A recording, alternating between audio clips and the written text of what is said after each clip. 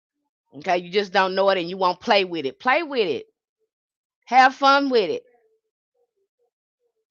Okay? I've been minding my own business somewhere just and doubted my spirits. I have doubted my spirits sometimes when it comes to things. And I know it's hard to trust something that you can't see and that you're not used to talking to spirits in your mind, or you think that you're making it up, or you think that you're crazy. I had people come to me too. Am I crazy? No, you're not crazy. You're doing spiritual communication. You're not crazy. Just listen, document it, and observe. Okay. So I had people. I remember one time I was going down the street, and there was a client. She lived down the street from me, and every time I passed that house, the ancestors would start getting chatty. You know, this is what's going on. In these, they got this. They're gonna be down here to see you in a minute because this is what's going on. I was like, oh my God, ancestors! I don't even want to know them people business. Please don't tell me that business. I don't care about what's going on in their house. I couldn't make this stuff up. Okay, but every time this went on for about a week. Every time I passed their house, I had to drive past their house to get out of our cuddle sack. And I was like, "Oh my God, you guys, you keep please stop talking about me. I don't want to know these people." And they was telling me all their business, stuff that I didn't even want to know. Okay, that's like I don't want to know. Maybe I'm making this stuff up. I be damn. The next week, the mother and the daughter came over there and was telling me about their business, the same thing that the spirits was telling me. I said, "Oh my God." I told them the strange thing about this is the spirits is already telling me this is going on with y'all before y'all even come up in here. Okay.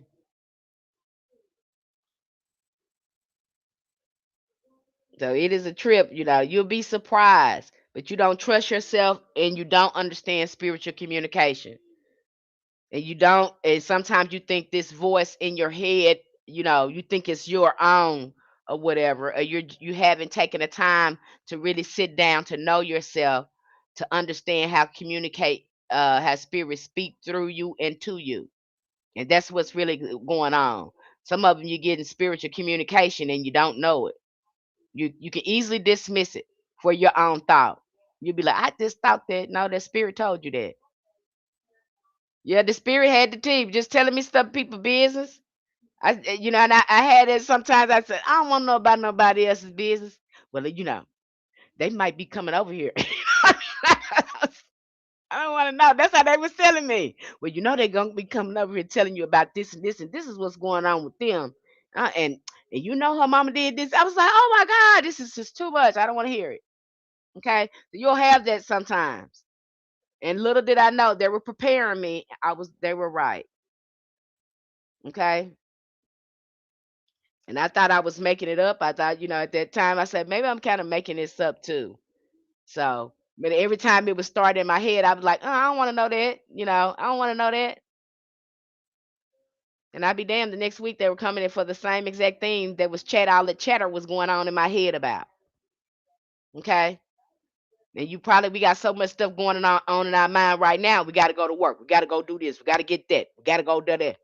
That's the problem. You got to slow down. You ain't slow that down. Got to go to work. They told me to do this. I got to do that. Don't let them folks, they stealing your time and distracting you, taking your magic and all that stuff. Slow that stuff down. You got to sit down. That's what I'm going to tell you. Now, what you got to do is sit down. And some of you think, that's being lazy. What? There is no such thing. There ain't no such thing as that. You can't possibly be that. Do you know who your ancestors are? Ain't no way in the world you'll be living in the America that you living in if our ancestors was able to be lazy. You wouldn't even be here. So that's just a lie. Okay. Sit down, meditate, contemplate, focus on you. Ask yourself questions. Why I'm feeling this? Why am I thinking this? Is this my thought? Where I get this thought from? Where I get this from? Why I be doing that? Where I get this from? Why I feel like that about people? Ask yourself. Stop focusing on what Ursha doing and Nicki Minaj and wonder what they doing and Pete did it. Stop focusing on them people. They stealing stuff from you. Okay? Them folks are stealing stuff from you every time you focus too much on that. Put that energy on yourself. Wonder why you doing things. Wonder why you a superstar. Wonder why you a superstar. Wonder why you so dope. Why you can do all this fancy stuff. Wonder where you get it from. Stop wondering, because some people ain't special. There's no special than you. Ain't nobody more special than you. You the superstar in your world. You ought to be obsessed with yourself. Be obsessed with taking care of yourself, trying to figure yourself out. Okay? Yep. Intuition, logic, balance. Yep. While the book insists this knowledge originates only in Africa, history shows that the colonizers intentionally, again, recategorized us, all indigenous peoples, as African. So we know that's not possible. I have to address this in there because I'm seeing this repeating pattern, and I have to put the correction in there. I have to put it in there. Just crazy that you would think that all dark people is from Africa. That's just like saying uh, all light skinned people is from Ireland or London or Britain. It's just like saying that. We know that ain't true. Okay? So I have to put that in there again. And there was a way for them to absorb our identity and take it away. We already know how these folks recategorize a lot of us. Am I saying that we're not African? We're African, but we're also indigenous too. We cannot forget those elements and those ancestors. I mention this to remember our ancestors. I remember we cannot forget them. Okay? Cannot forget them. That's why I mentioned that. I remember when you said y'all know about Chris Brown, then you your own self. I found that funny. They do. These folks know everything about these superstars. They know about Nicki Minaj, what color she wore, her birthday, Megan Thee Stallion. I mean, they just know everything. They follow some of these people and they don't even know themselves. They're so confused about why they don't even know themselves or why they do things or why they think the way they think. They're so idolized, and that culture, our society promotes this kind of stuff because they don't want you tapping into yourself. They don't want that. They want you to totally distracted with this outside stuff. Because if you actually did take the time to know yourself or whatever, uh, it's hard to distract somebody and manipulate somebody energy that know themselves. Hell and heaven is a state of mind. If you think it's a hell, it's a hell. If hell is real for you in your mind and you really believe in a hell, then yeah, it's real. You in hell right now and don't know it. This slow, dense reality with people slowly evolving. Look at us humans now. Look at these humans. I ain't never seen no such thing like it. These folks, we claim that we are humans and we want world peace and all this kind of stuff, and we love each other and all that, but yet we ready to push the button. And we so stupid and dumb, we still base everything on money and materialism. It's so stupid and dumb. I mean, you used to start looking at, are we really evolving? As I say, I don't even feel human no more when I go to having these thoughts. You know what I'm saying? And there's a lot of people I don't like having them out loud because some people don't feel what I'm saying. Your mind just go to changing, and especially you don't even feel human no more when you start looking at some of the stuff because it don't make sense. Okay, don't make sense to me. You trying to own a land or something, it ain't even yours. You can't even take it with you. It don't belong. Hell, it don't belong to you.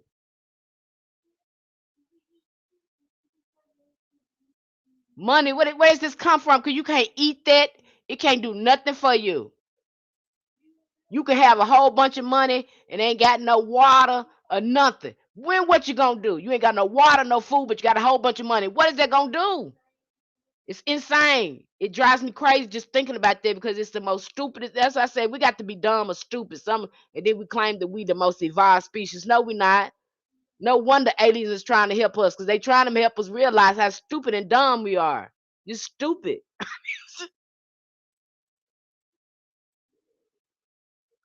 The politicians, all them people, they stupid, and they them the dumbest ones. Them the most stupid ones. The bankers and all them the most stupidest, dumbest ones that made that up. Whoever that is that made it up, I want to be the first in line to slap him. I'm sorry, I do, because there's the stupidest thing. You couldn't come up with something better than that. You couldn't come up with something better than that. And when we still doing it, and and people are losing their life over a piece of paper and some metal. People are actually losing their lives over paper and metal. Are you hearing what I'm saying to you?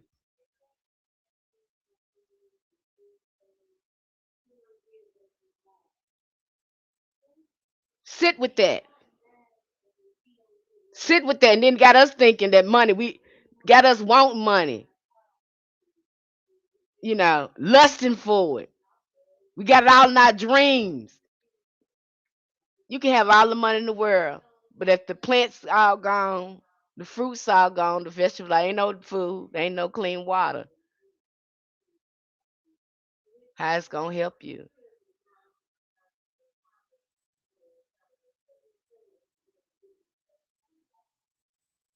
You should be around here planting the gardens every damn, feeding folks.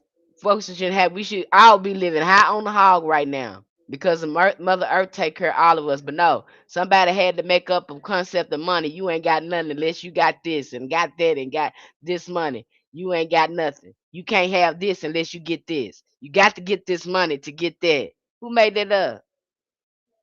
Yeah, it's just a stupid system. I don't know. It's just me. You, I could just be me. But the more I'm on this world, I'm just like, I wonder what they do on other planets. Now I know what they do here. I know, I know it sounds crazy. I know I sound crazy, you guys. I know what they do here. I want to see how they run their country, how they run their planet on another, how they doing it somewhere else. Cause we need another model. Cause y'all doing this wrong. I know. I want to see another superior race entity, whatever, seeing how they doing it. Because if they come in here trying to help us, I know damn well we doing this wrong. And I know them, they had to tell us that we was, but you still keep doing it. Ain't no way in the hell you don't know this wrong. You know what I'm saying? I think you guys. That's why I said when people start asking me questions, I said you don't want my answers because you're not gonna like what you hear. Okay, they're not gonna be popular. It's gonna sound crazy to you. Mr. Neely Fuller speaks on how the DWS have us doing stupid things all the time and worshiping stupidity. It is. It's so stupid to me. Then want to say we smart. We superior. We no, you ain't. You stupid. You ain't even figure out how to end world hunger. You ain't even figure out how to work with other compromise and work with other people. You ain't even figure how you can stop wanting to push buttons and put your hands on folks. You ain't even figure out how to get rid of colorism. You ain't even figure that out yet. You is not that. Sit down. Sit yourself somewhere down. Sit it down. You ain't figure out how everybody can have everything they need, and corporations don't take advantage of people. You ain't figured that out, so just sit on down because you ain't smart. I don't care if you can figure out that mathematic problem or whatever you can do. You can create that car. Have you fixed this? That's impacting why folks over here starving and homeless. If you ain't fixed that, then no, you're not smart. You ain't fixed poverty, no, you ain't smart. If you still think pushing buttons and picking up stuff, boom booms and all that sort of kind of stuff is the way you supposed to resolve stuff, okay? Then no, you're not smart. If you think money is power and it's all that it is, then no, you're not smart. No, you're not. Okay? Y'all stop worshiping these people. They be the dumbest people ever. You ain't doing nothing with that. You ain't doing how's you helping somebody else. Okay? That's just the way I feel about it because it don't make no sense to me. And whoever made that up, I want to be the first one in line and just slap them. Like you can come up with nothing better than that. You can come up with nothing better than that. Who made this up? Because this is the stupidest thing ever. It's ghetto. It promotes scarcity. Okay, that's all it's doing. So oppression. That's all that did. That's all you did with that. Some metal and some paper. People sitting up here, losing their lives over paper and metal. And we're gonna look probably 100 years from now and look at these stories and be like, oh my God, we were unaliving each other over paper and metal. Watch, it's gonna be 100 years. I hope it be 100 years from now.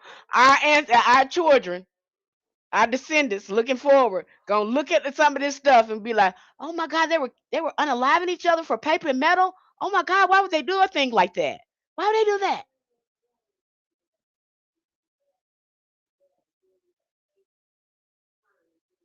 I don't know, y'all. That's how I think. Maybe my mind too. I don't know. That's just how my mind think. Have you ever thought about that? That's how I think they're gonna look at, just like we look at our ancestors now, and we look at the stuff that they did. We were like, "Oh my gosh, y'all did that," you know, just like they had we look back and they had a black water fountain and a white water fountain. It shocks us that our ancestors went through that. We're like, dang, y'all was like that. It's gonna be like that with this too. Okay, our descendants, they're gonna look back at us and they're gonna be like, oh my gosh, what was wrong with them? I just feel like that. I feel like that. I don't know if I'm gonna be here to see it. I just feel like that. Some point we're gonna have to get beyond this. Okay. Does God actually forgive murderers and rapists? Mm, that is a good question. I believe in those cases that justice is necessary. God does believe in justice. Okay, that's why we got justice for a reason.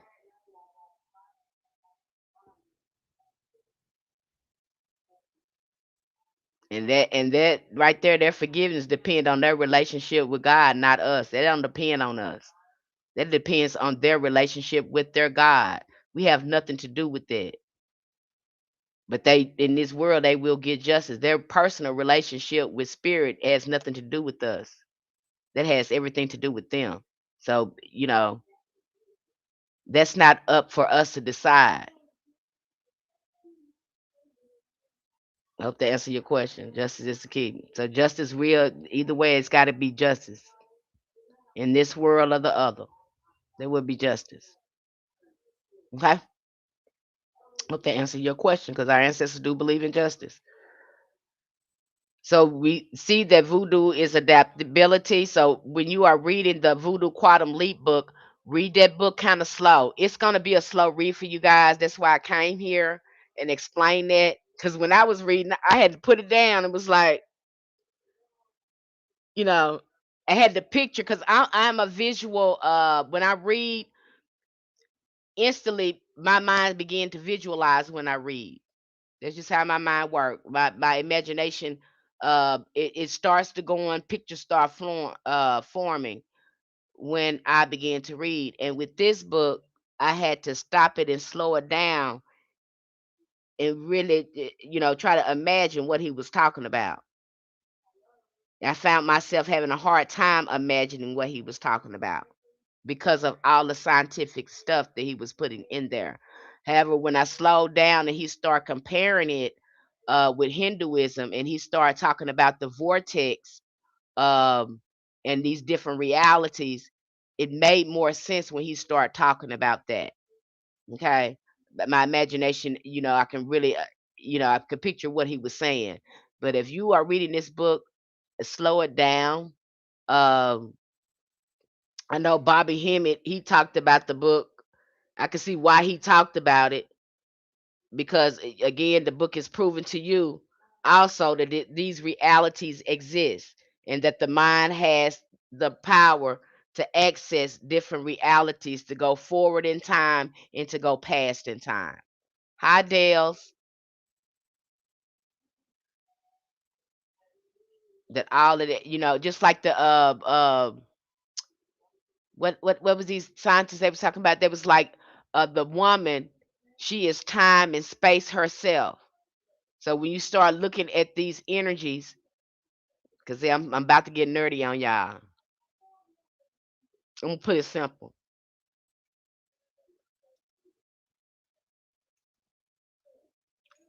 They call this the matrix, right? And then you know this is a mother, matriarch, matrix, and letting you know it's maternal. We can go on with this. I like when somebody talked about the Borbalo, and they talked about Sophia.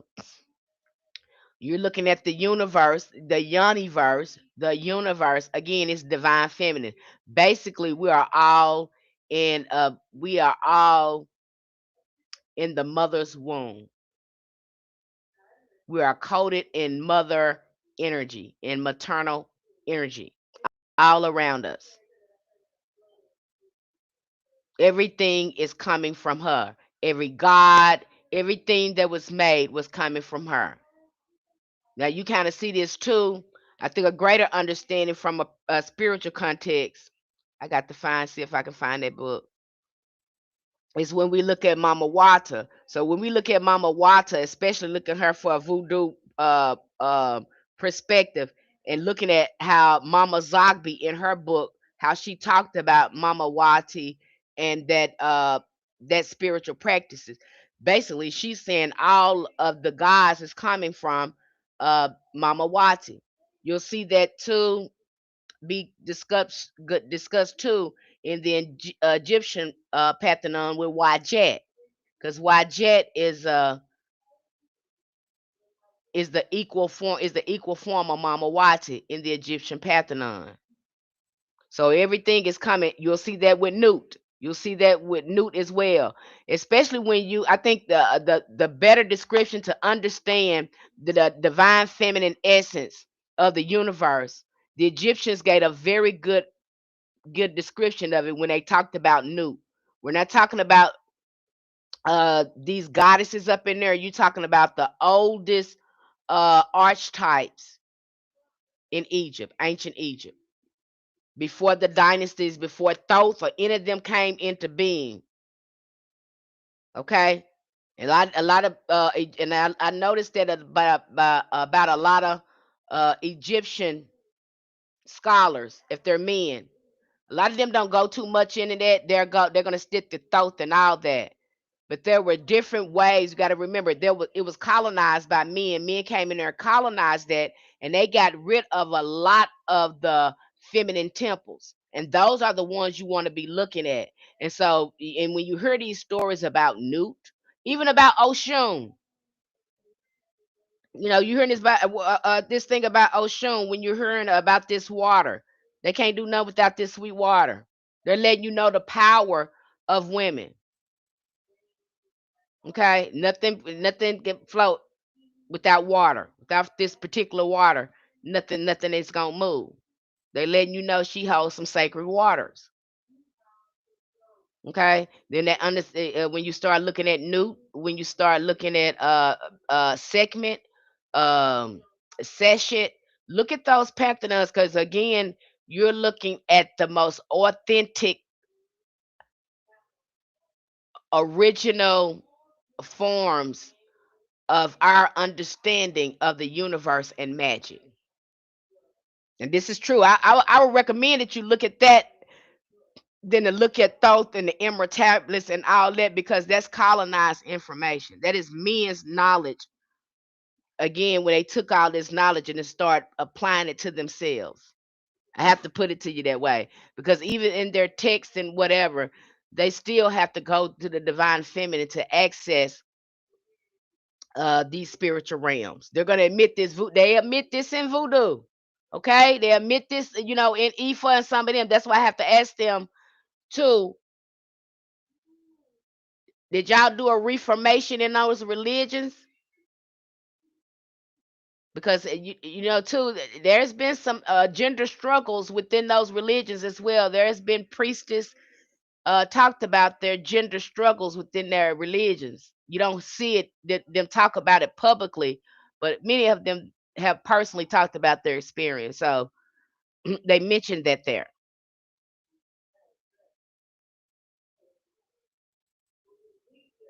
Yeah, matriarch matrix. Okay, they're letting you know the matrix is a divine feminine. I think I don't know who mentioned it. They said Barbello is also divine feminine too. I hadn't heard it, but I had to go back and look at that because Barbello is the mother of Sophia, and Sophia is the offspring of Barbello. Okay, which is a divine feminine consciousness. But Barbello is the totality of everything. Where Sophia is getting her energy. It's gonna always go back to the divine feminine. Okay, it's gonna always go back to that. They may have you thinking these men, but these men, and then some of them are finally opening their mouth and say, "Yeah, that's true." Okay, I'm gonna show you that all the time because it's important for us to decolonize this and take the fluff out of this and to understand how it functions. Let me say it like that. Okay, you're gonna see that all the time, and I know a lot of people. That's how I traced hoodoo. 'Cause I was like, how is this hoodoo? How is this being passed down from family to family? Because it's usually gonna be with the midwives. The midwives had all the information. They were the one doing a lot of the magic, the conjure, and the undertaker. And usually, if there was the undertaker, he learned, certain things like that from their mother. Usually, a lot of this is passed on from mother. She's gonna pass it on to her children. So the hoodoo is matriarchal, or two is familiar.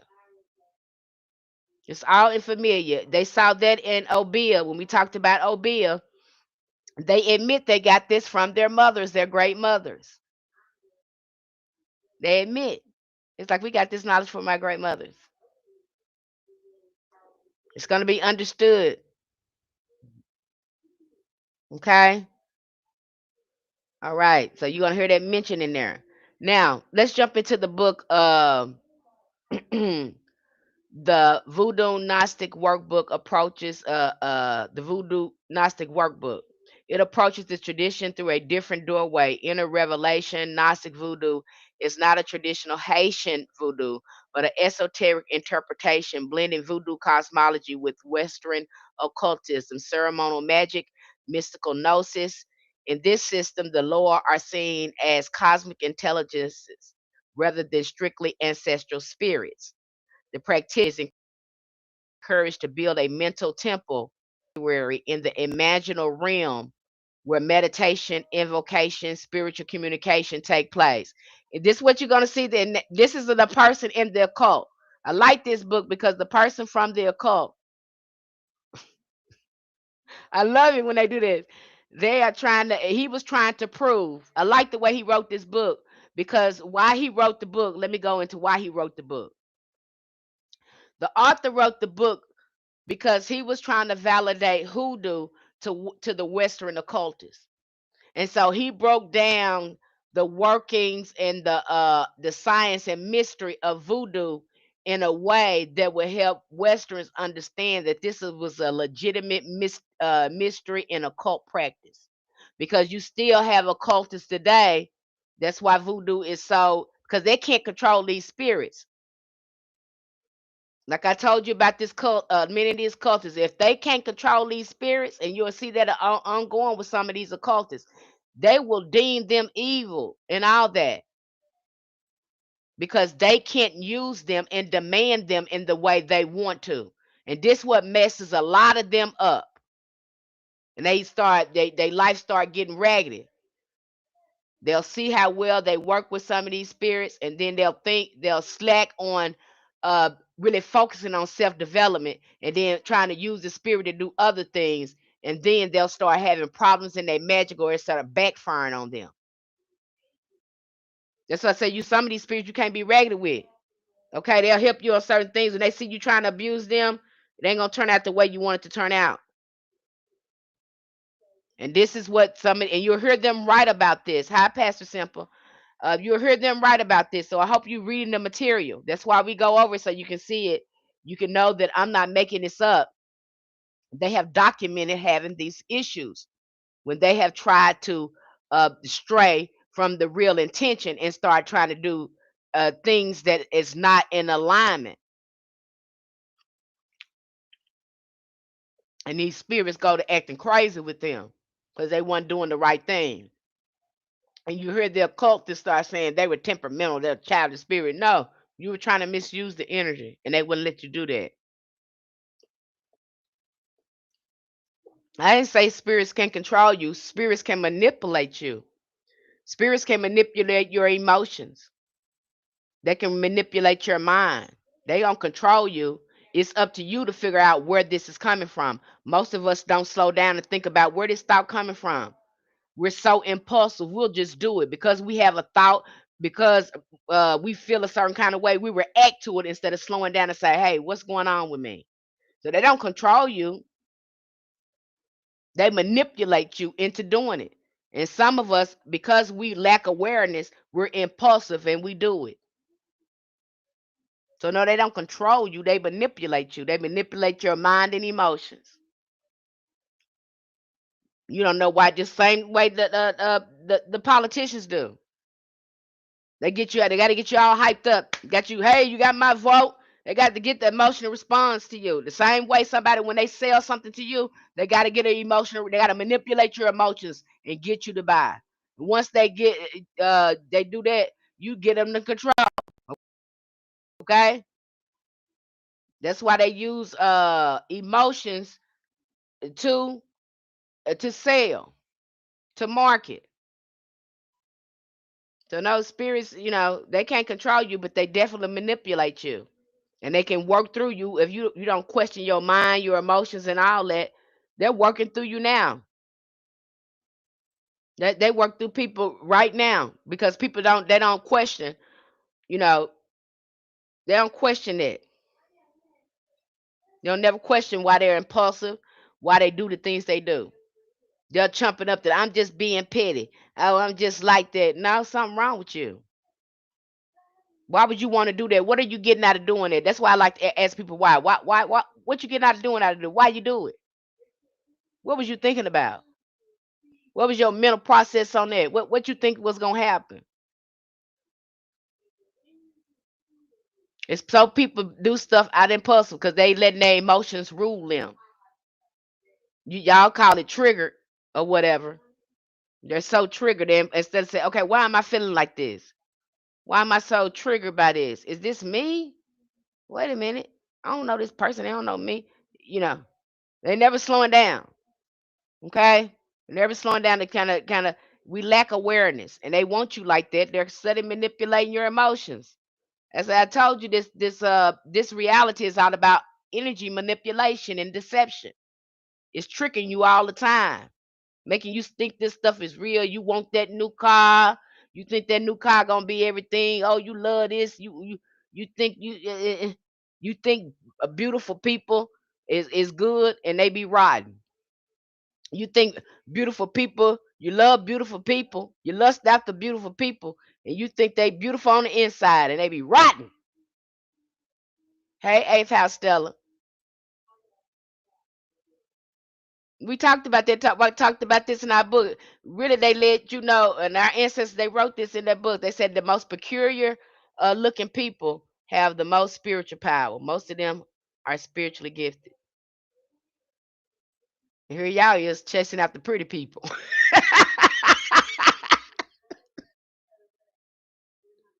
Y'all chasing after aesthetics. Y'all chasing, and I said, ancestors wrote in that book. The most of these practitioners, they're gonna be very peculiar people. They're gonna have moles or some type of scar, something peculiar, a personality, something peculiar about them that shows that they have been touched by the spirit. They're gonna have particular moles. Some people have talked about the moles around their eyes. I know I got a mole in my head. My daddy predicted that I was gonna have a mole in my head. I got a mole that tricks people out. I got a mole in my head. Uh, they this peculiar people. They not gonna be pretty people. They're gonna be peculiar. Their personality gonna be peculiar. They may be real shy. Real soft spoken. Okay, they may be a little a little artistic like.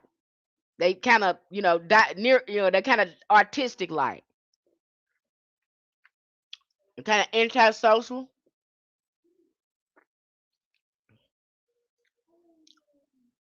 Them be the most magical people. Okay, you think you know you think, oh, she pretty, and she got on her hair wrap, and she got on this crown full of stones and stuff. She keep her head wrapped, and she work. She always have all this, all these stones on everything. I know she's spiritual. No, mm-mm. These people don't even wear that. You wouldn't even know they was practitioners. If you look, you standing right next to them and didn't know you was standing next to somebody that was a god in the spiritual realm. They be the most unseemly people, the people you wouldn't even think about. Okay, some of them not cute, but they walking with power. They walking with some mighty spirits, and you better not play with them either. They ain't got to do nothing. Them spirits gonna put you down on your back. You go to playing with them people. They don't play about them people. Okay. You think it's gonna be some pretty people. No, it ain't. Okay. That's what Uncle 607. He said people be calling me ugly. Most of the most spiritual people, they may look, and you'll be surprised how some of these spirits look. They ain't nothing like you think they look. Some of these angels are, they will prostrate you if that you seen them. Because see, in your mind, you got to go look at our ancestors' mask too. The more uglier the mask to us, the more distorted the mask is. That's why our ancestors wore these masks. The more powerful you are in the spirit realm. So to us, when you would see them manifest in the physical realm, they probably look ugly to you, but that is their power in the spiritual realm. That's why our ancestors they made these masks and they look kind of crazy to us, but when they went into the spiritual realm and started communicate with other spirits, the other spirits saw them as powerful entities. That's why I said if you see some of these angels, you will prostrate yourself. There ain't nothing like the way you think they look like. Okay? Ain't nothing that you would sit there, you would fall to your knees if you seen them. You understand me? Ain't nothing, huh? You don't know power until you saw something. You say you want to see something, but do you really want to see? Because some of them will prostrate you. Your mouth will be open. You want it will shock you. Okay, and so you think it's gonna always look pretty. Usually, understanding our spiritual concept, the most peculiar looking the spirit is, the more power it represents their power. You're thinking that it's representing ugliness. No, it's representing that the power that it carries. We understand that. That's why we had what totem animals, spirit animals, and things like that. We understood that. Okay, they got you thinking it's evil, but no, these masks. That's why we got different masks for different spiritual ceremonies because we are going in showing these spirits our power.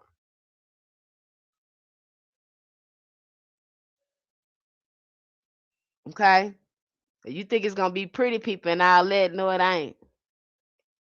And you might think these people are ugly in this reality, but on the other side, what the spirit is looking at them, to them, they're beautiful and it represents power on the other side. You know, like I said, beauty truly is in the eye of the beholder.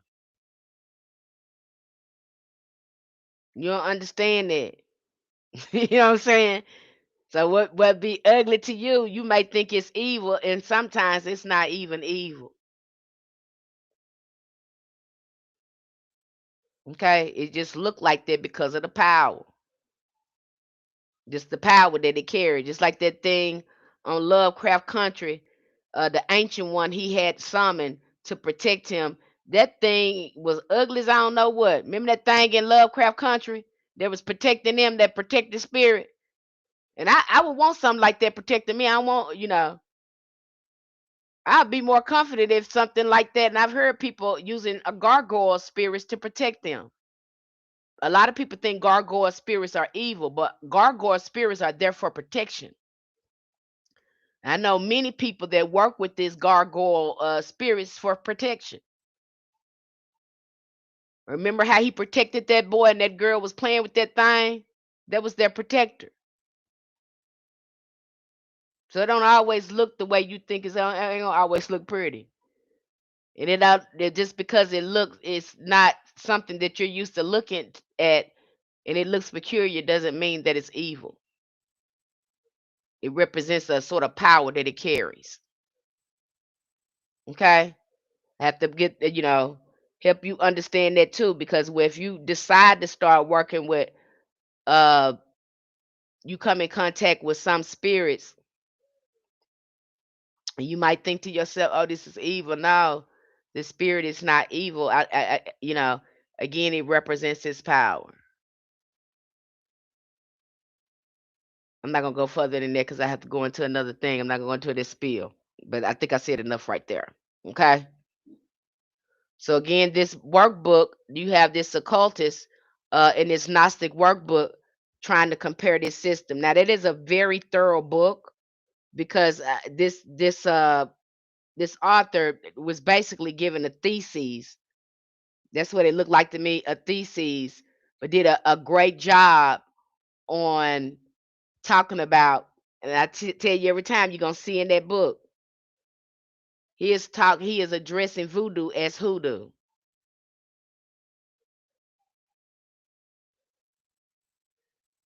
Like I tell you, you're gonna see that used interchangeably. And I've heard people say it, and I heard people get it wrong every time.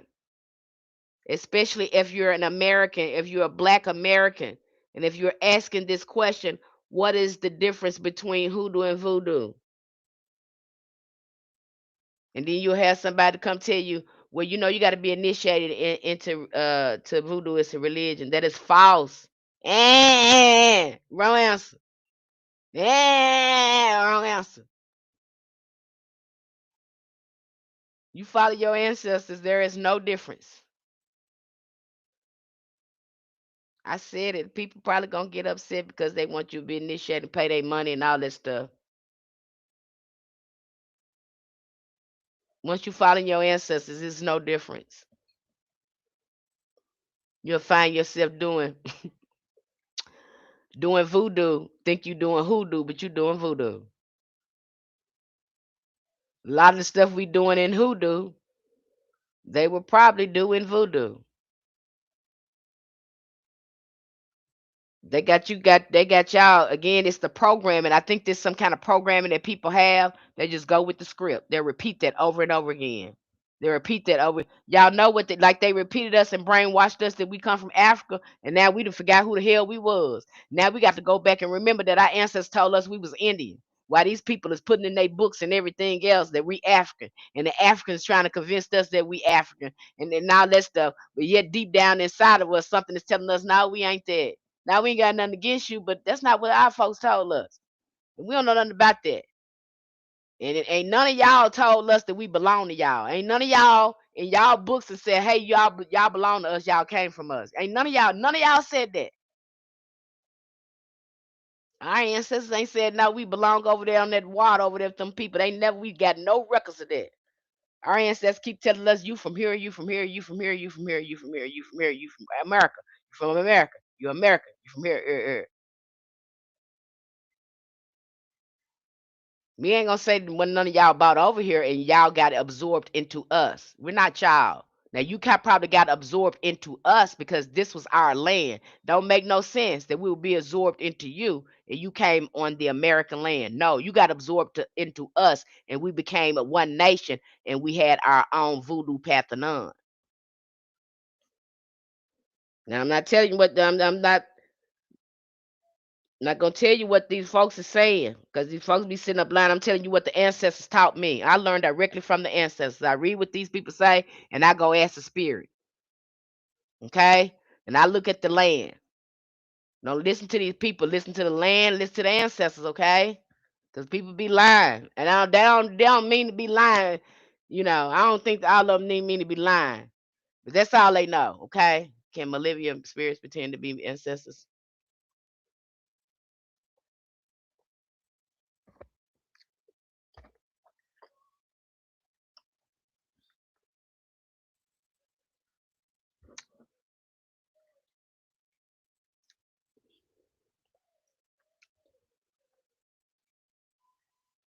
Rainbow Forest. I thought we covered that.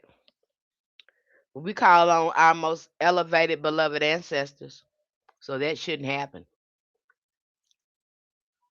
The only way you go out there and do that happens is you don't know what you're doing, and you're not being specific about the ancestor that you're calling on. You just out here now. You got some people out here just calling on ancestors because that's how it's been presented.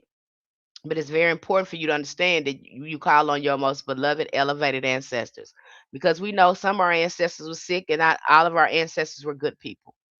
So we're very specific in calling it on beloved, elevated ancestors. We don't, we always cover, we're always specific. Okay. We pray for the ones who passed over like that, who may have been sick in their mind. We pray for them, but we're very specific. We only want to be working with highly evolved, elevated ancestors. So that way we keep ourselves safe. Okay.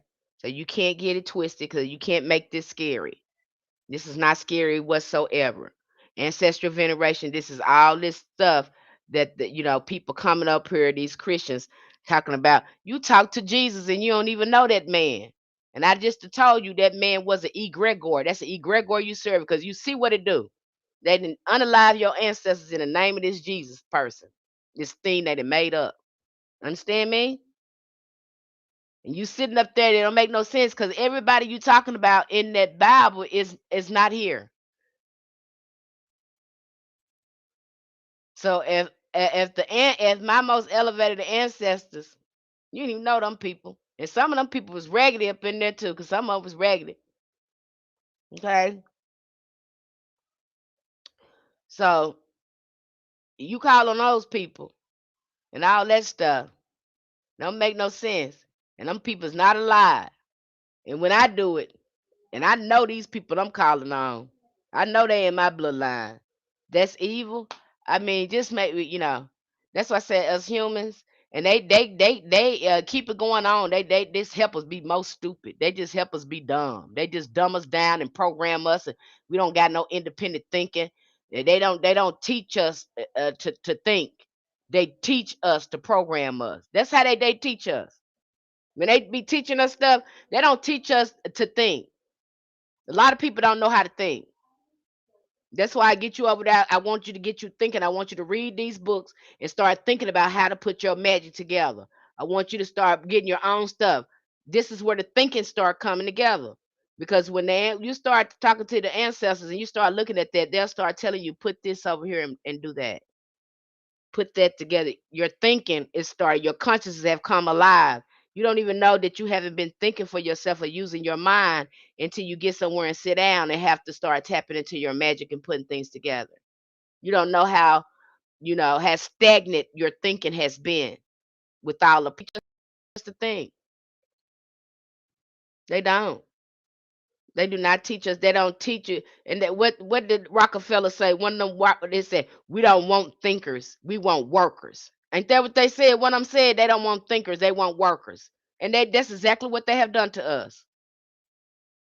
That's exactly what they've done. They don't want nobody thinking. And then when somebody do come along and think out the box, we look at them crazy because they haven't been programmed. And we shun them. And really, they be the ones that have the greatest breakthroughs and liberate people. But we don't like them people. Okay, but they have did us like that. They didn't have us thinking. Honey, my mind came alive. I was like, oh my God, I didn't even know that. You know what I'm saying? How come I didn't know that? How come they didn't teach me that? Because they were too busy programming us. You'll see the way they repeat stuff over and over and over and over and over again. And you know it ain't true. Like they repeat to us over you're just African. You're just African. You're just African. Black people, you don't know where you come from. You don't know where you come from. You see how they repeat it over and over and over again?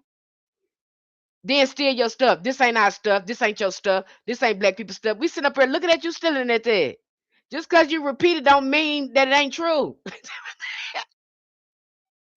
That's the part too that drives us crazy, because we got people stealing and doing stuff to us, saying they ain't doing it. We know damn well that you're doing this.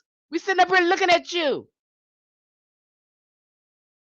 You gaslighting everything. We sitting up here looking at you do this stuff, and you sit up here telling us you ain't doing it, and we sit up here looking at you doing it. If that don't make a, if that ain't don't mess with our mind, honey, that's why I said our ancestors had to be good psychological analysts.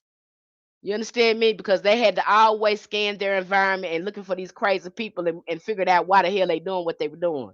And the only assumption that we can come up with is that you are jealous. That's the only assumption we can come up with when we see these communities come up with, ain't nobody did nothing to y'all. We be minding our own business, but yet everybody in the world want to be us, talk like us, use our music, use our magic and outlet. And then we tell you doing this. And that's not what we doing. What the hell you doing?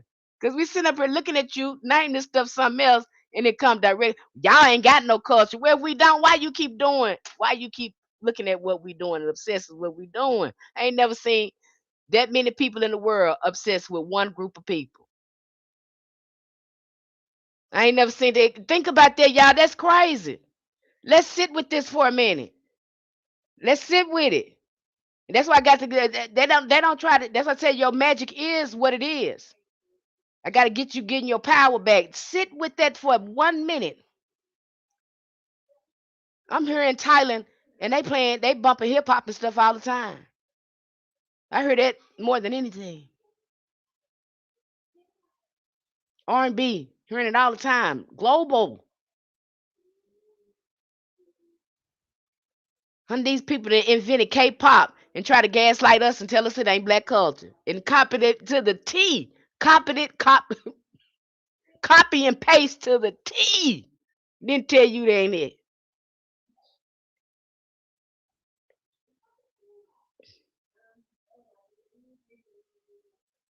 And then the Africans want you to be African. They want to absorb you so bad. Why you want to absorb that so bad? And we had folks right here in America. Why is it so important that I be absorbed into you? And then why do you want to be me so bad? And then you talk about me, but you want to be me. You're trying to steal my whole identity, do a whole destiny swap with me. I ain't never seen it. I ain't never seen it. I ain't never seen it in my life. That somebody can be obsessed with a group of people like that, that y'all say ain't nothing, that y'all say y'all hate our skin and all this stuff. I mean, you go even to see these K-pop people, they doing blackface. If I'm not mistaken, somebody look like some of them people was doing blackface up there. But you say it ain't R&B. Why you doing that then?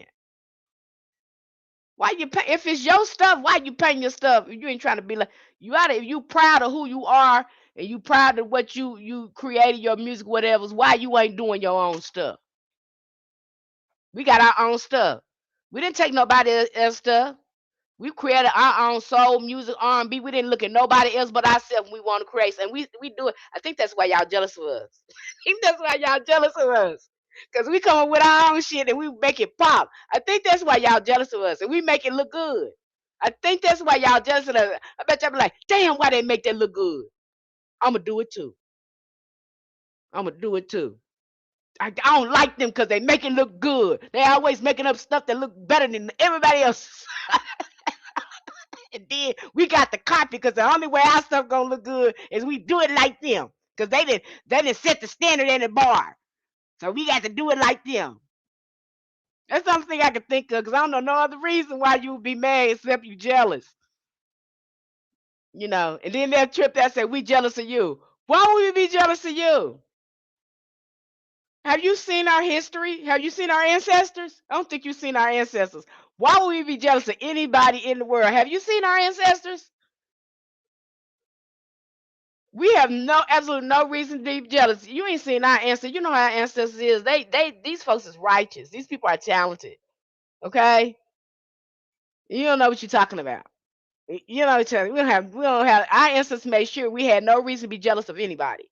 So that's just a lie. You don't know what we got over here. So we have no reason to be jealous of anybody. I assure you of this. We don't even have that in our vocabulary because we popping too much over here. So our ancestors have already told us what we got in us. So we ain't got no reason to be jealous of nobody else. Okay? We just want folks to leave us alone and give us a right to be. That's it. Okay? Just like y'all want the same thing. Now we ain't jealous of y'all. Get that out y'all mind, because I done heard them say that too. They're jealous of us. Jealous of what? You ain't seen our ancestors. You don't know what you're talking about. You know what you talking about. You must ain't seen our ancestors. You mean you jealous of us? We set the standard for righteousness around here, for dance, for music, for fashion. What are you talking about? Okay, everybody looking at us. Why would be jealous about somebody else? You see how like the reverse psychology and the gaslighting start to happen. And so I have to get you to sit with that. Because they didn't beat us down so much. I think we actually believe that we don't got no magic. But folks ain't trying to copy you and be like you because you ain't got no magic. They're copying you and trying to be like you because you got a lot of damn magic. You hear me? Okay?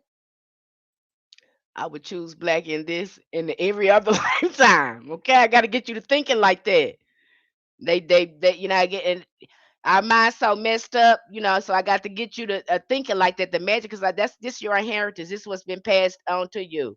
I can't pick up any magic book, especially North American. I can't pick up any North American magic book without them mentioning hoodoo. Can't do it. Can't do it. They're gonna mention you every time. The people that went so far is the practice hoodoo, prac- practicing folk magic, and they practicing their folk magic, calling it hoodoo. Okay, you see what they doing? They coming over there being initiated in some of the ATRs,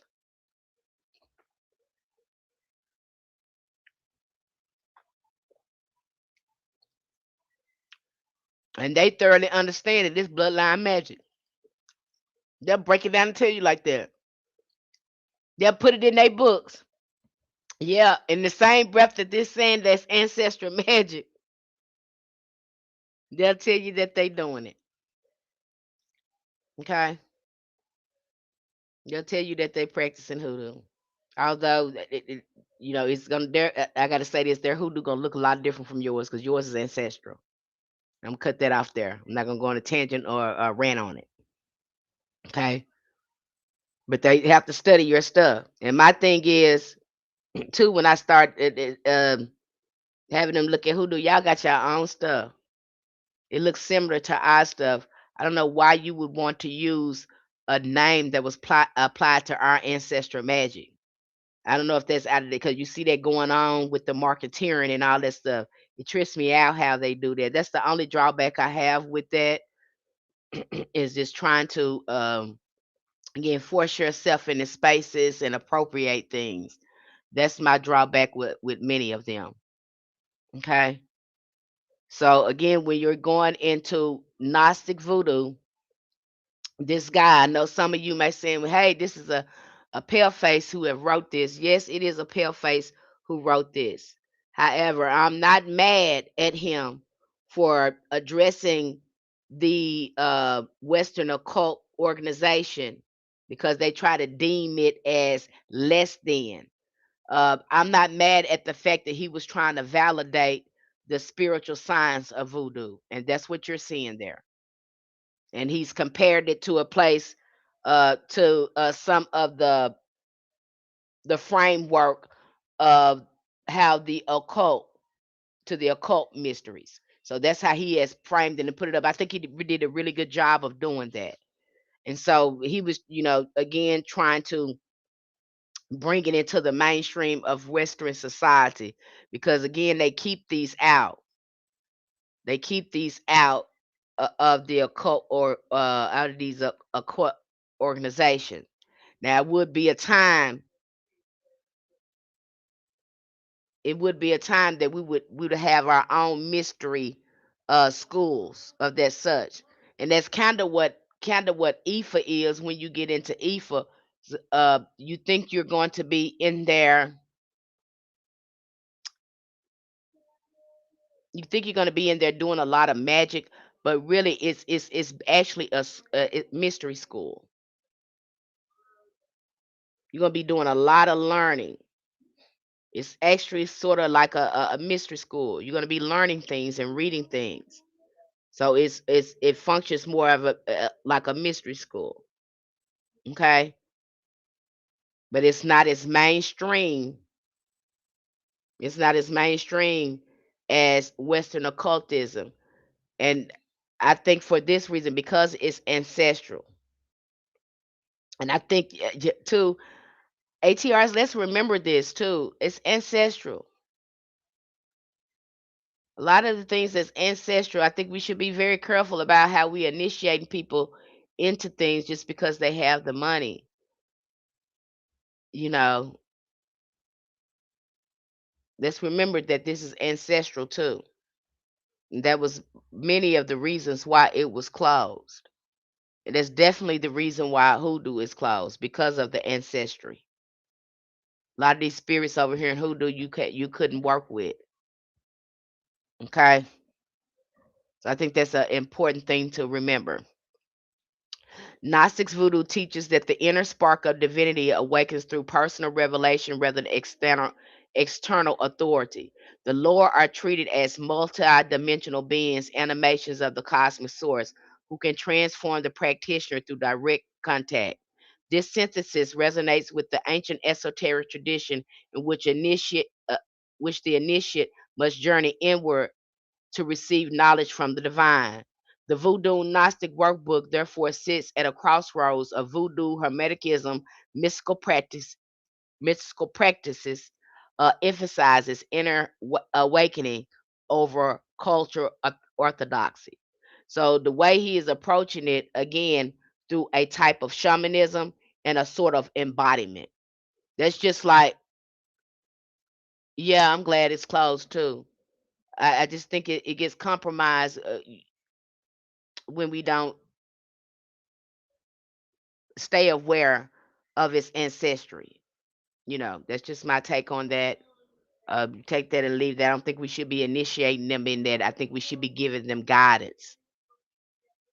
We should be giving them rituals uh you know to have a balanced life, not initiating them in that. Now I've had pep color people come to me for readings and all of that. I do readings for them.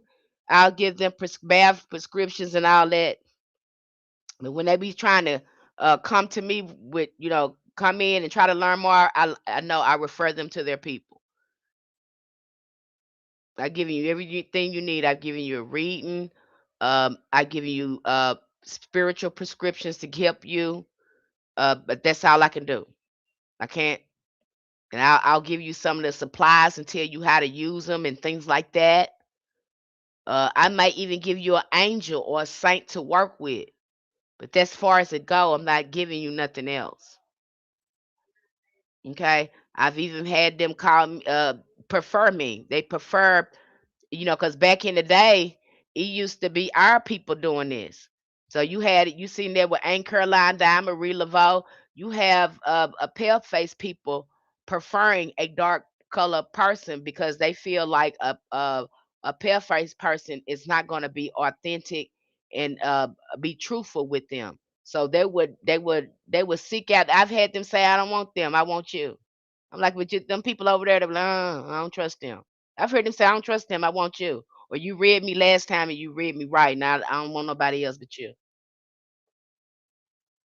Okay, because used to be a time no everybody went to our ancestors for this type of stuff. It wasn't dominated by pale faced people. You see, and they only wanted again dark faced people to do this. They would only go to dark. They only trusted that. Used to be a time that's all they trusted. They ain't want nobody else. And you got some of them still like that. They say, "I don't want them. I want you." I've had them do me like that. I'm like, "What? But you got them people up? Mm-mm. That shit. Mm-mm. That's not what I want." Okay.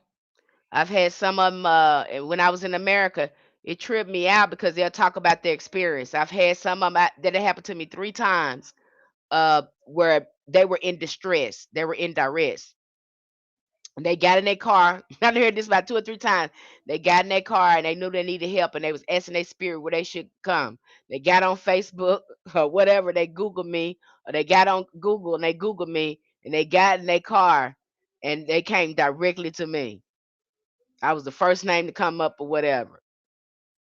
And they talk about their whole experience of how they got to me. And I'm like, damn. I was like, damn, okay. And more than likely, I have the right medicine for them when they get there. If something has spirit, it will work that out. Our ancestors work that out. I have directly what they need. That happened to me about, you know, had it to me about 3 or 4 times over there. They'll come to, and it tripped me out. I ain't know this purple from man in the moon. They didn't know me. They really, it trips them out how they get to me. So they know they need to be there, and it trips me out because I have exactly the medicine that they need, and they do a big shift. Okay, so you'll have some of them like that. Don't let it surprise you. Okay, it's not because your stuff is not powerful. It's because it's very powerful. So I have to help you understand that because I know we have to do a lot of work in building up our confidence with this. Okay. Together, these three books reveal a spectrum of voodoo, hoodoo, spirituality. The Voodoo Sorcery Grimoire grounds the tradition in its herbalism, potion, and practical magic. Now, that book is going to go directly to the point. It's going to, again, tell you how to set up your altar and how to go into meditation and start working with, again, ancestral spirits.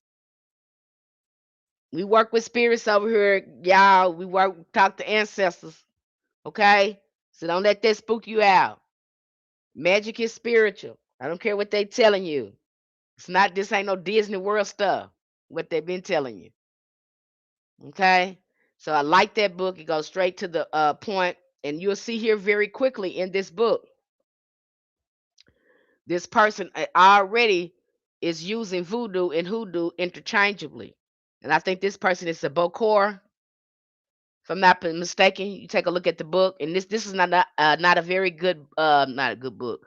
It's not a very big book. It's only like 180 some pages, but it goes right into the point, helping you set up your table and start getting working with ancestral spirits or communicating uh, with these other spirits.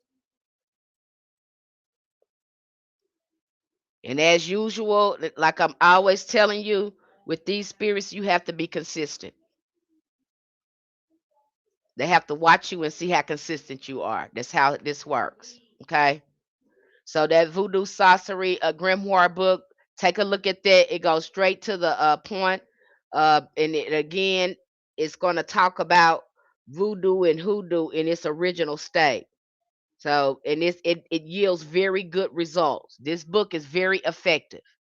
So if you use this book, you're going to get results with this book. It's made to give you results.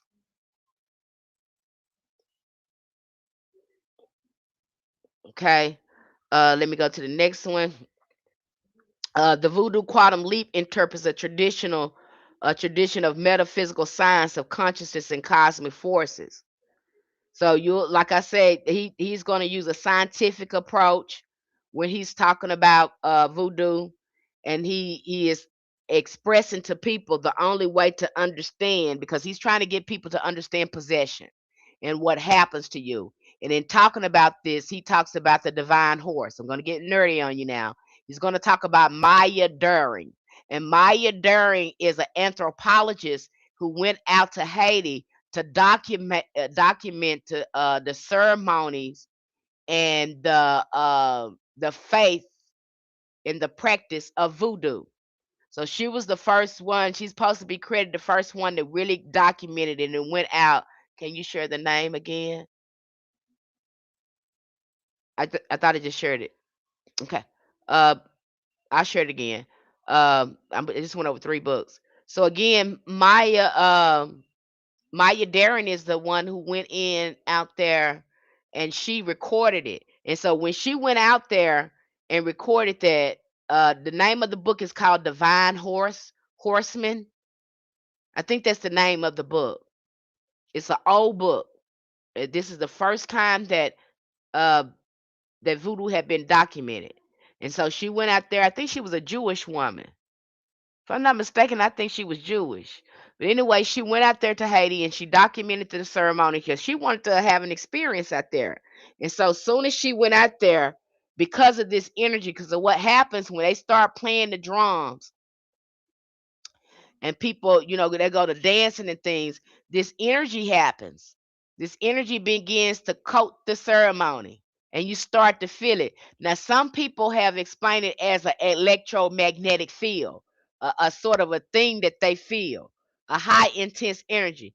Well, I would say too, you can feel that same thing in church when we start getting chills on us. Okay, when our skin go to quickening and we get deep into our praise and in worship, you'll see that kind of coding start to happen. I kind of think that's what happened to her, but I think it gets a lot more intense. Same thing you see us when we fall under the possession of the Holy Ghost. So this start to happen to her. She start to feel this energy. I don't think when I look at voodoo and I look at especially being brought up Pentecostal, if you look at a Pentecostal ceremony and you look at voodoo, there's absolutely no difference in it. It looked the same. When you see them shouting and getting the Holy Ghost, and then you see them doing the voodoo ceremony, especially if it's around the first of the month and everybody's wearing white, them ceremonies look damn near identical. They look identical. When you start looking, especially if I was brought up Pentecostal, so a lot of people was shouting, having the Holy Spirit and falling out and all that stuff. You see all that going on up there. Okay. And I know a lot of churches they don't believe in shouting in the Holy Spirit. You got some churches like that in the South. They don't want you. You got some churches you can't shout and praise in their church. You seen Shirley Caesar made a song about it. Hold my mule. I feel like praising him. That's what that song was about. They got tired of John praising God in church. And God, and John said, I'm gonna praise him right here. Hold my mule. I'm gonna praise him right here. I don't care what you're talking about. I'm gonna shout and I'm gonna praise him right here. So you have some churches like that don't want that in their church. They think that's barbaric. But in the Pentecostal church, it's welcome. In fact, if you ain't doing that, you ain't holy. God ain't in you. If you ain't shouting, that's how they is in Pentecostal. I ain't lying. And you gonna go to that terror room until you doing it. It sure will. I stayed in the terror room when I was about what 10, 11. I stayed in the terror room. I sure did. I go straight to church. You got some of them is down there kneeling, and they is tearing for the Holy Spirit. Now this back in our day, okay. And if you were to look at a real Pentecostal church, a black Pentecostal church, in a voodoo ceremony, it almost look identical. What them people be doing. I'd be like, what the hell am I watching here? This look like the same thing they doing over here. What's happening here? It almost look identical. Okay. So it's not that much difference. And again, we work with a lot of ancestral memory. A lot of stuff that you're gonna be doing, especially when you get into hoodoo. I love when it happens to you because you start telling me, Miss Penny, uh, you might run it by me to make sure, try to see what's going on with you. You'll probably say, Miss Penny, some told me to put this up here, and I've been putting this up here every week. I don't know why I'm doing it, but I'm putting it up here. What you think that is? Well, I think that's what you're supposed to be doing. You don't think that I have people say, "Well, you don't think nothing is wrong with that?" I don't think nothing wrong with it. Evidently, if you why did you feel like that? Then I get the probing you and say, why you feel? I don't know. I just felt like it was right. When I hear you saying stuff like that, say, I don't know. I just felt like I had it right. I just felt like I had to do it. Ancestral memory. I'm gonna let you know ancestral memory. Stop trying to figure that out. I can you just stop and just go with it. Get you to trust yourself. Because some of you guys are gonna have that. And don't get upset because it don't look like nobody has practiced. It ain't supposed to look like that. Don't worry about what other people doing. Worry about what works for you. Stop trying to look at other people because this is your practice. Okay? And I got to get you to doing that. Okay? Because when you come to me and be like, Miss Penny, I don't know why I'm doing it, but I feel like that's something I got to do. I ain't never heard nobody else doing it. That let me know that's you doing it right. Because you ain't heard it from nobody else. Okay? That's the ancestors is telling you to do that. Your ancestors is guiding you. But see, you don't know how spirit work, how they put those urgent or impulses in you like that. Sometimes it be there or that claircognizant that you just know that you know. Can't nobody tell you nothing different. You know this is the right thing to do. Go with it. Trust yourself. This is the time now to stop looking at people because some people are just raggedy. Okay, they don't mean to be. Okay, a lot of people is manipulating energy. This is what this for. This is about you getting control of your energy and following yourself. So don't worry about other people. I don't want you to, got to get you thinking like that because it's too much trying to looking at people these days. Okay. The Voodoo Quantum Leap interprets the tradition as metaphysical science, consciousness, cosmic, and the Voodoo Gnostic Workbook uh, turns the practice inward, exploring the inner temple, the multidimensional laws, and the seekers of personal relationship with divine intelligence. What unifies them all is the insistence that spiritual power is again experiential, not institutional. This is your own personal relationship. Even when you was if you was to get in any ATR again, your practice may look a little different depending on your relationship with the laws or your ancestors or the spirit that you work with. Because you have a different frequency and vibration. All of us have a different fingerprint, a different energy, a different vibration. So it will not look identical to someone else. I will worry if it all looked the same. I would be concerned if it did because it's supposed to have your frequency and stuff on it. It ain't supposed to look like nobody else stuff. Okay, don't worry about doing it.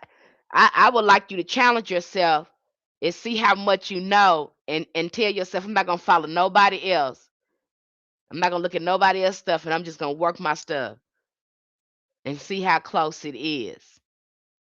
See how much progress I make. I'm gonna do this on my own. I'm not gonna look at nobody else stuff. I'm not gonna copy it. I'm gonna study this stuff. I'm gonna come up with my own stuff and talk to my ancestors. And I'm gonna see how much progress I made. You're gonna make better progress every time. Okay? Nobody's magic is better than yours. Nobody is better than you. Nobody is more powerful than you. Okay? You understand that? You. It's all about you. You are the powerhouse. You are the motor. You're the battery. You're the source. Nobody else. Okay? And you have the ability to talk to your own ancestors and your spirit guides if you get somewhere and sit down. Yes, you can. Yes, you can. I don't want to hear it. Yes, you can. Yes, you can. Yes, you can. I don't want to hear it. I don't want to hear it. I don't want to hear it. I don't want to hear that you can't do it. I don't want to hear that. It's the only thing you do is blocking yourself and crossing yourself up by saying it. So stop saying that. Okay, so stop saying you can't do it. So you can. Ain't nobody better than you. If I can do it, you can do it. Okay? That's how I look at that. The Voodoo Gnostic Workbook again is telling you to look within the inside. Voodoo, whether approached through roots, philosophy, or gnosis, is a living path shaped by relationship with spirits, the land, the ancestors, and one's own awakened consciousness. This unified view shows that voodoo hoodoo are not relics of the past. There are dynamics, evolving spiritual traditions that continue to expand through dream, trance, intuition, and the willingness of the practitioner to meet spirits directly. In every generation, every expression rise, but the core remains the same. To know the invisible world, to honor the feminine source, at the heart of the creation and to use spiritual power to bring change, healing, and illumination into the physical realm. Okay. So, again, when you go through these books, take your time with them. All of them have a different little vibe to them. One of my favorite ones, my favorite ones that I kind of vibe with this was the Voodoo Sorcery Grimoire. I like that. Very simple, straight to the point. I'm a simple, straight to the point, easy to read, like that. The Voodoo Quantum Leap. I liked it, uh, but I felt like it could have used some simple. It's a hard read. You have to slow down and read it. It's a little bit of a hard read. I found myself hard to imagine what was going on in that book. appreciate the author taking a scientific approach to it, but it was a hard read. Okay. But you may read it. That's my opinion. You may read it and get some awesome stuff out of it. Okay. You might get some awesome stuff. It does deserve a read, and I do appreciate the author approaching Voodoo Quantum Leap from that perspective. I found it very interesting in the book when they were talking about uh, everything coming from the divine feminine, the correlations, because he could not, it seemed like to me he was always using Hinduism to help you understand voodoo. I think that was great to put that in there. Um, so you seeing that come in there again, and again we have covered that, seen Hinduism come up a lot when in hoodoo and in voodoo. Okay, the Voodoo Gnostic Workbook. I think it's an excellent book to help you giving voodoo validation from a Western occultist perspective. So you got different ways to look at these things. I know you said, Miss Penny, why you get my, because you got different ways, and I don't know how your mind works. Okay, you might read the Voodoo Quantum Leap book, and it'd be the best book to you. You just understand everything about it. You just love the way that author wrote the book. You might have that, and to me, I didn't feel like that. But if you read it, you might get something else more out of it. You may see something I didn't see. For me, it was the Voodoo Sorcery Grimoire and the Voodoo Gnostic Workbook. Those my favorites. Now, those are the ones I liked. I thought that they really brought some greater understanding. That's just me, you guys, but you may get a different opinion. But you tell me what you liked about the books. I hope this review gave you a little bit more insight about the books. This little lecture or live stream. I hope it gave you more insight about the books and help you understand what the books was about. Okay, because I like to come here and give you a brief little summary of the book and let you know what the book is talking about. What I found that was helpful to us in our hoodoo practice with looking at the book and why we're looking at the book. And I've already told you why we're looking at voodoo, because if you stay, you're gonna run into voodoo with hoodoo. There's just no way around it. Okay, if you really doing hoodoo. Now, okay, now some people that stand on the Christian side of it, and they'll never grow outside of that. Now, you got some people that's comfortable. I'm not knocking them, but you got some people are more comfortable with the Christian concept of that, and I think that is. I think we need to be careful with that because hoodoo is not Christian. Okay, but you got some people that are comfortable with that, and they would tell you, no, you don't do voodoo. Voodoo is nowhere up in there. Well, hell, you look at that Bible, they're doing voodoo all through there. What you think the sacrifices and stuff is about? Go look at that in the Old Testament. The lambs, the goats, and all that stuff. What do you think they're doing in there? Voodoo is all through that Bible. And I think they mentioned that in one of these books. But voodoo is in that Bible. Okay, just like hoodoo is in there, you can see voodoo in there too. All right. So I mean, you're gonna run into it. I just don't see no a way around it, especially in the Americas. You'll see that being used interchangeably a lot of times. All right. Does anyone thanks so for that tip? You're welcome. Okay. So you will run into that. Now, if you're interested in our hoodoo community, we have very beautiful community over there. We slow things down. We have a variety of resources. This is just one of the things that I do to support our community and come here and kind of cover the books and resources that I have there, and not just leave you out there and by yourself trying to figure things out. I come here and try to give you a little bit of understanding of the book, so when you go in there, you know what you're looking at. So that's just the way I do it. I find that sometimes it may help. Okay. Um, if you're interested in a community, a hoodoo community, and lots of resources where there is no limit to your practice, where you can grow on it, it can look the way uh, you want it to look. You want a great foundation. You with the ancestors, you want to learn rituals and things like that. We have a great community for that. Like so many resources, and it just keep adding, adding, adding. Do not get overwhelmed. Some people get overwhelmed when they get over there because they think I'm making it up when I say it's a lot of resources, and they get over there and they're just like, "Oh my God, Miss Penny, it's what do I do now?" Well, you start healing and you start, um, doing your spiritual baths and getting your ancestral veneration together before you do anything. Okay. And we appreciate you for it. I enjoyed the book reviews and lives. Well, thank you, Seekers of Now. Okay. So I try to get here to give you a lot of clarity so you can build a strong practice. Now, over there, I won't, and I have to be clear about that. I know people have come here, and some people want to know that. They want to know how to do certain work, but that is not more important than understanding the work. Okay. And when your ancestors start showing you how to do things, they're going to have you working with simple stuff. They're not going to be having you going out and buying 50 or 60 different herbs. They're not going to do that. They're going to be having you work with simple stuff that's in your kitchen cabinet. There's no need to go out and buy fancy stuff.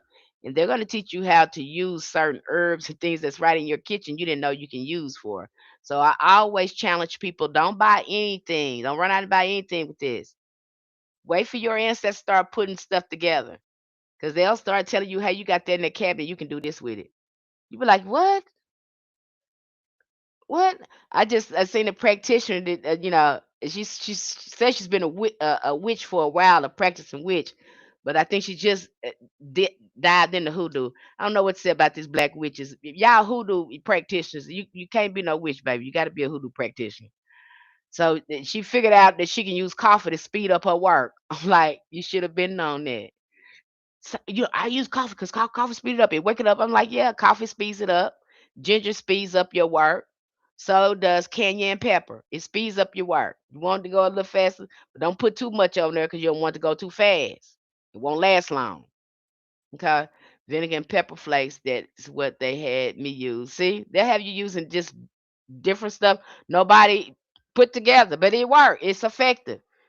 And you want that kind of work because that kind of work be the most powerful.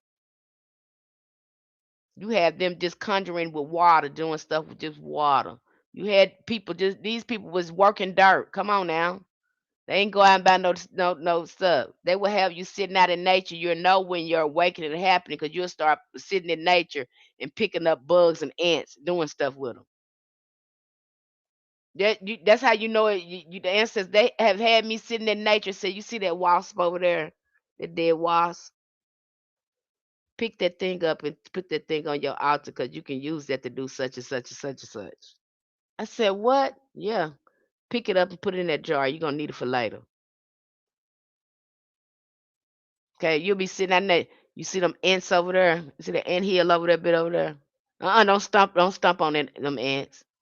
Scoop that up and put that in that jar. You can use that doing that over here. Yeah. You see them leaves on that tree? Take them leaves off that tree. Put that in that mojo bag you was making because you these you can do this and that. That's how they start talking to you when you sit out in nature. You start looking at stuff. You sit down and be quiet. Your mind will start operating differently. That's how you know your mind, the magic is waking up in your mind. You start seeing magic everywhere you look. When you look at trees and you looking at plants now, you'll be going looking at trees. You'll be looking at trees and stuff. So I wonder what I can do with that tree. What can I do? What kind of work I can do with that leaf over there? What kind of leaf is that? You'll start asking questions about things around you. That's how you know your magic is coming alive.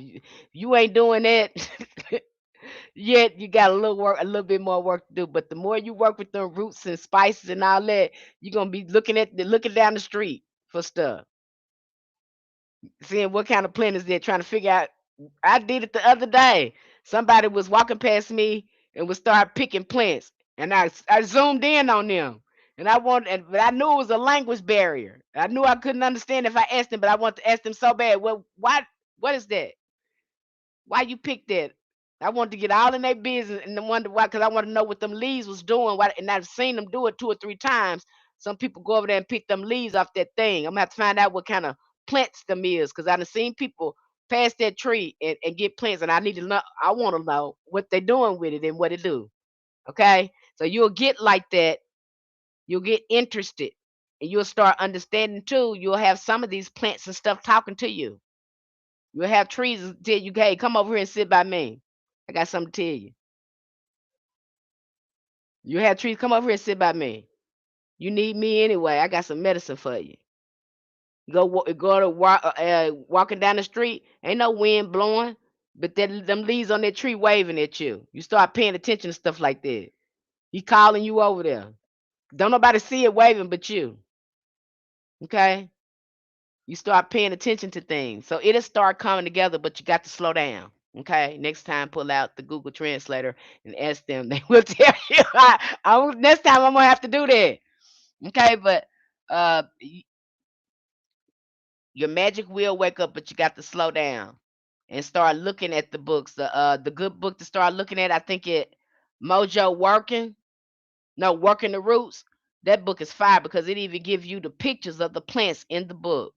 I mean that book. When she wrote that book, she did an excellent job on writing that book and preserving the knowledge of our ancestors, the medicinal and the magic. She did a great job with that, so you don't want to miss that book either. Okay, but it'll all come together. You guys just have to be patient with yourself. Get somewhere and sit down. Um, and follow the if you follow the materials and use the resources in there, I promise you're going to see results. Some of you have already seen results. So some of you are already in my box and sharing your experience with me, and you're just advancing and progressing. I'm proud of a lot of you guys really use the information. I could tell if you really using the information because you're going to start having some experience and you're going to start getting in my box. Okay. So if you're interested in our community, link in the bio here on TikTok and YouTube. If you're interested in our services, they're posted on TikTok. I have reviews and things up there if that's something that you're interested in. Okay. All right, you guys. I'll be talking to you later. I think we'll be covering what we covering next over there. I try to keep y'all in the know because somebody was like, oh, they liked it the long videos that I was posting, the long lectures. And I was like, because I did that last month. So I try to switch it up for you guys sometimes. And she liked it the lectures. I said, but you know what? I'm doing the book reviews now. I'm doing the live stream. So I think that's even better now because I wasn't even sure if people were uh even listening to the lectures. Okay, so I wasn't really sure about that. What's coming up next? Let's see where we're at. Okay. What's coming up next? So what oh, you guys, I want to get into that's what I want to do next month, but we should be getting into Memphis Hoodoo. We're going to be talking about Memphis Hoodoo. That's going to be an interesting subject. We and we're going to go into some more conjure books. But I'm really trying to find more which we talk about geographical hoodoo in some of the books they mention that. But I'm really interested in too. I don't know why the ancestors got me doing this, but it's some books that I want to talk about more and go into Gullah Geechee hoodoo. I don't know why the ancestors got me going into that, but I've been really looking for these two books, these resources that I want us to have on Gullah Geechee hoodoo. I hope I can get that by next month. Maybe we can go into that, top of the year. We can talk about that. But that's been really on me heavy. The ancestor said, you need to talk about Gullah Geechee Hoodoo. You need to talk. I don't know why they want me talking about it, but that's been really on me, really, really a lot. And so you're gonna get the encyclopedia of psychoactive plants. You'll be getting that tomorrow. Okay. Do not be alarmed, but I've already covered that. I'm not going to cover that again because it's such a taboo subject. And so spiritualists, we go and get into a big debate about this. So I'm gonna let you review that on your own. And I talked about it a little bit, and you make your own judgment with that. But you have that whole book again, the Encyclopedia of Psychoactive Plants, where you get a chance to look at all of that. So you make your own choice on that, um, and look at that. And then we'll come back. I'll come back here in a few days, and I will cover the history of Memphis Hoodoo. I thought that was very interesting things in there when I started looking at Memphis Hoodoo, because you start looking at Memphis Hoodoo, Memphis is like the look like New Orleans, like the same kind of flavory, spiritual flavor going on in Memphis. You see in New Orleans, so it's rich with Hoodoo heritage in Memphis as well. And that makes sense because, like I say, Memphis is right next to Arkansas. And so I seen a lot of hoodoo in Arkansas, especially down there in the Delta, Barbie Bend, and all those places. Um, yeah, I seen a lot of hoodoo up in there. But I do want to get into Gullah Geechee. Hopefully, I can find something like that next month. I'm really been scouting the places, trying to find a lot of history, because the ancestors, like, we need to go into that, because that's going to help you put some more things together. Okay. But that's when we'll come back and we'll go over the secret history of Memphis Hoodoo. We'll go over that, and I think you're gonna find it very interesting when we dive into that subject. Okay, love you guys. You know where to find me if you need me.